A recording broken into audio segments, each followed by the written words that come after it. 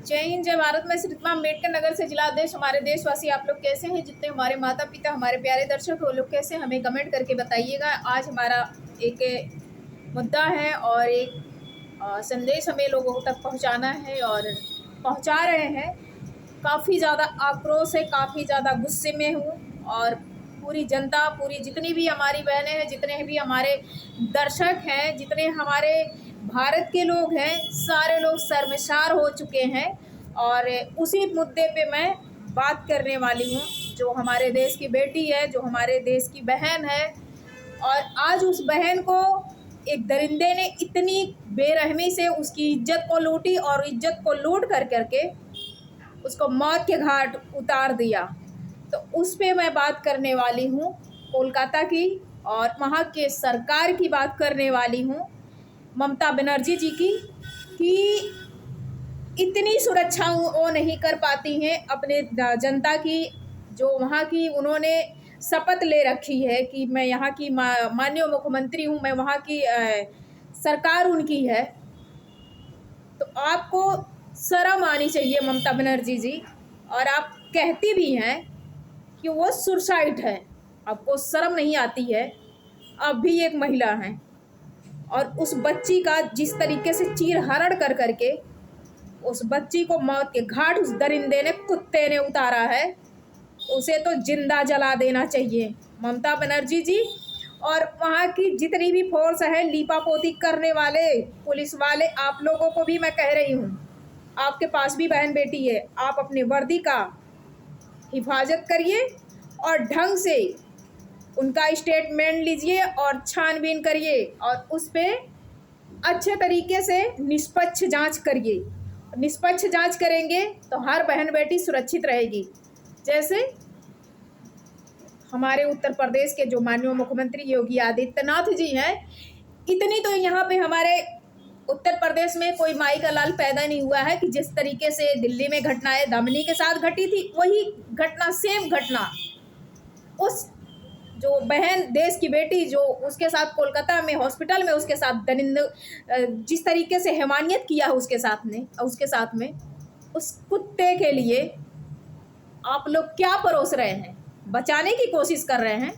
बचाइए मत, बचेगा नहीं वो, क्योंकि बस उस बहन की बस थोड़ी सी गलती थी, थोड़ी सी गलती। वो जाते जाते इस दुनिया को जब भी वो अलविदा कह रही थी, 1 सेकंड का जो 1 सेकंड 2 सेकंड का जो उसने वीडियो बनाया है, बोलने के कगार में तो नहीं थी।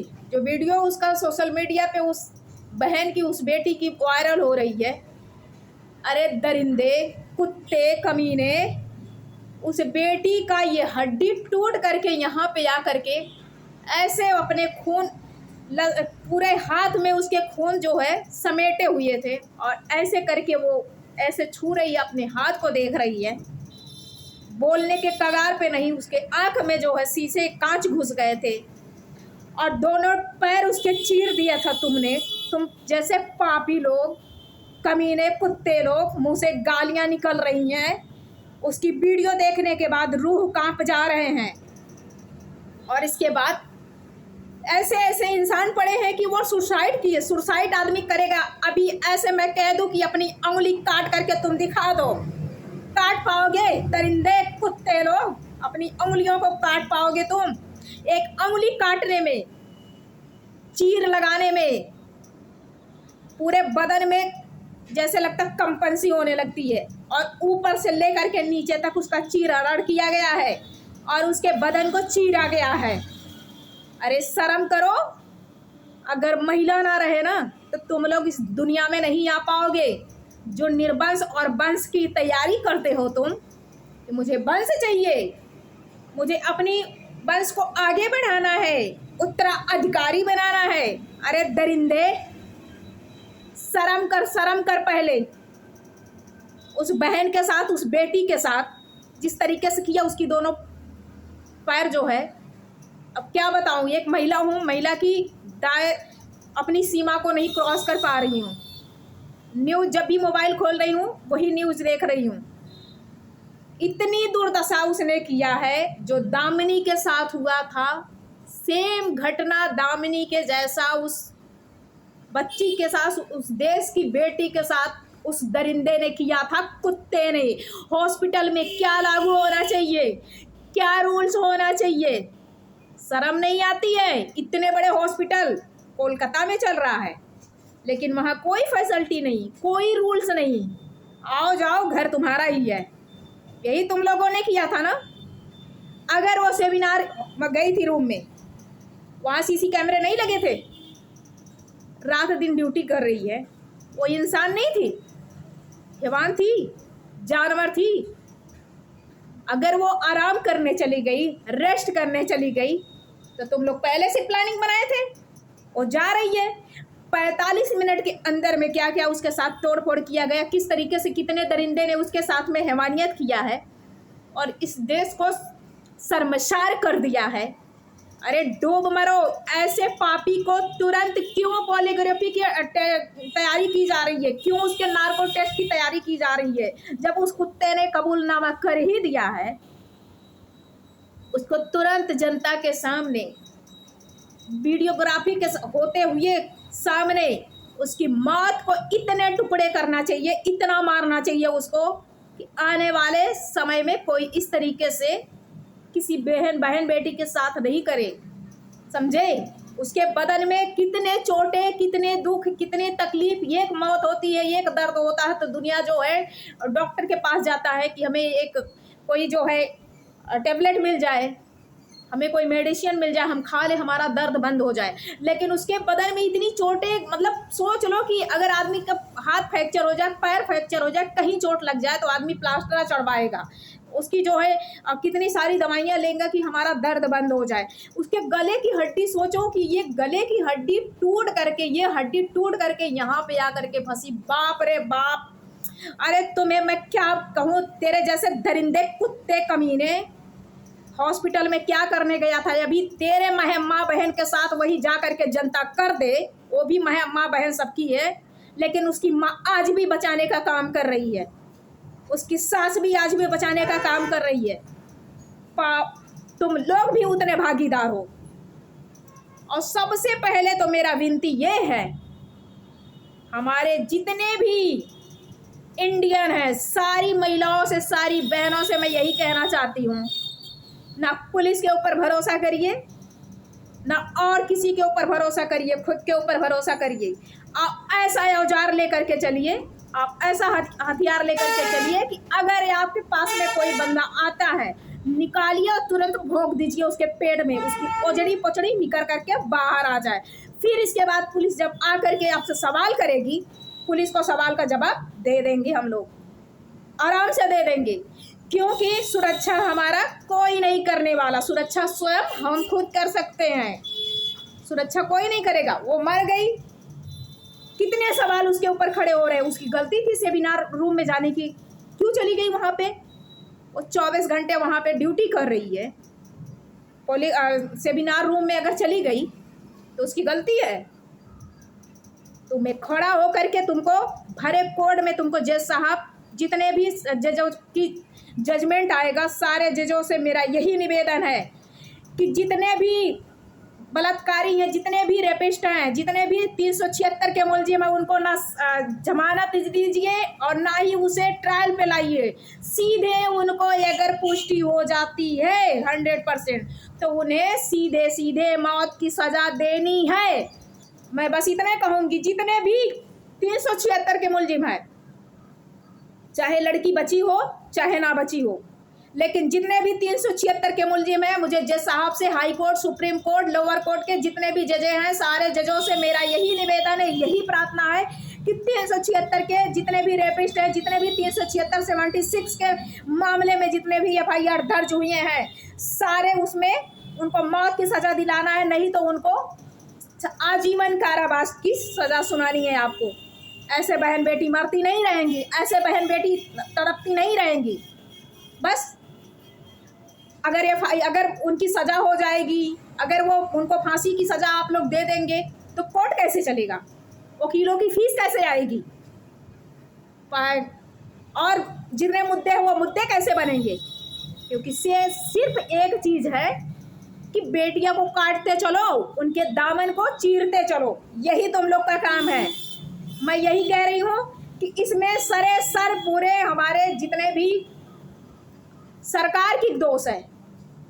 हमारे जैसे उत्तर प्रदेश के माननीय मुख्यमंत्री जी योगी आदित्यनाथ जी अपना कड़ा कदम उठाए हैं, वैसे तुम लोग को भी कड़ा कदम बहनों उठाना पड़ेगा। जितने हमारे देश की बेटियां हैं, सारी बेटियों को भी मैं कहना चाहती हूँ। अभी एक अपराधी पकड़ा गया है बरेली में, वो ऐसा तिन पचहा था, ऐसे आंखें उसके ऐसे करके देखता था, कमीना। उसको कोई देखता था ना तो कहता था ये पागल जा रहा है, और क्या करता था, बस ऐसे कर करके और इसके बाद ऐसे कस करके इसके बाद लेटा देता था। 4-6 महिलाओं की हत्या कर चुका था वो। और बरेली के हमारे यहाँ के आजमगढ़ के आर्यन एसएसपी साहब का यहाँ से ट्रांसफ़र हुआ, उनके निगरानी में उनके टीम गठित करते हुए भी उस अपराधी को पकड़ा गया। ऐसे उसको अरेस्ट करके लाया गया जैसे लग रहा वो सबकी बात ऐसे कर रहा। अरे तुमको तो चटकने 7 महिलाओं 6 महिलाओं की तूने हत्या की है, अरे पागल। ऐसे पागल बन के टहल रहे हैं। आगे से आप जा रही हो, पीछे से वारा, बस आप ही के साड़ी पकड़ करके और इसके बाद ऐसे शक्ल मुद्दी लगाएगा कि आप वहीं टे हो जाएंगी। और क्या होगा कि वो तो पागल था, उसका पागल में घोषित हो जाएगा। तो इसलिए मैं सारी बहनों से यही कहना चाहूँगी कि आप एक ऐसा हथियार लेकर के चलिए, निकालिए और डाल दीजिए उनके पेट में, अतड़ी पतड़ी निकल जाए। इसके बाद फिर सवाल करेगी हमारी महिलाएं।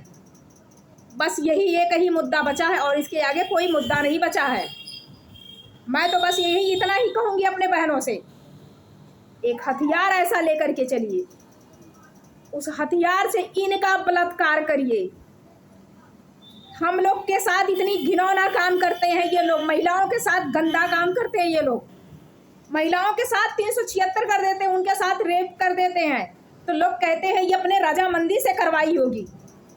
हाँ, और जब तुम्हारे साथ महिलाओं के साथ बलात्कार होता है, पुरुषों के साथ कौन बलात्कार करेंगे? महिलाएं करेंगी तुम लोग के साथ बलात्कार। क्यों?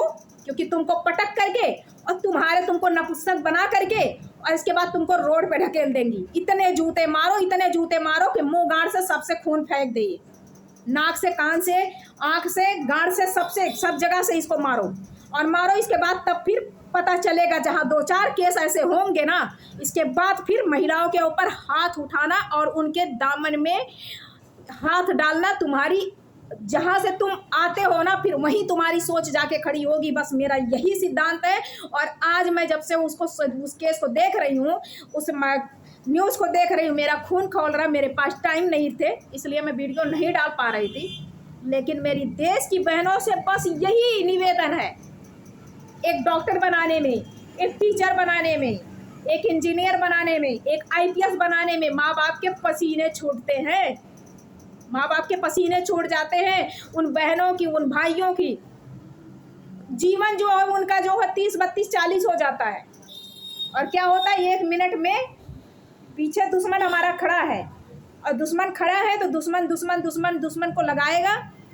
और वो जैसे कमीना जा करके धियक्कड़ कुत्ता कमीना ने और हॉस्पिटल में मरीज को वहाँ एडमिट नहीं कराता था, वो उसके पीछे उसके दुश्मन लगे थे। उस आदमी को, उस बेशरम हैवान इंसान को, दरिंदे को उस हॉस्पिटल में एंट्री करवा करके और आज उस देश की बेटी को अलविदा कहवा दिया। और वो बेटी जहाँ भी गई है दिल से नमन है, सत नमन है। और ऐसे बेटी के साथ जो हो गया, लेकिन इसके साथ इतनी ज़्यादा मतलब दंडित इसको करना चाहिए।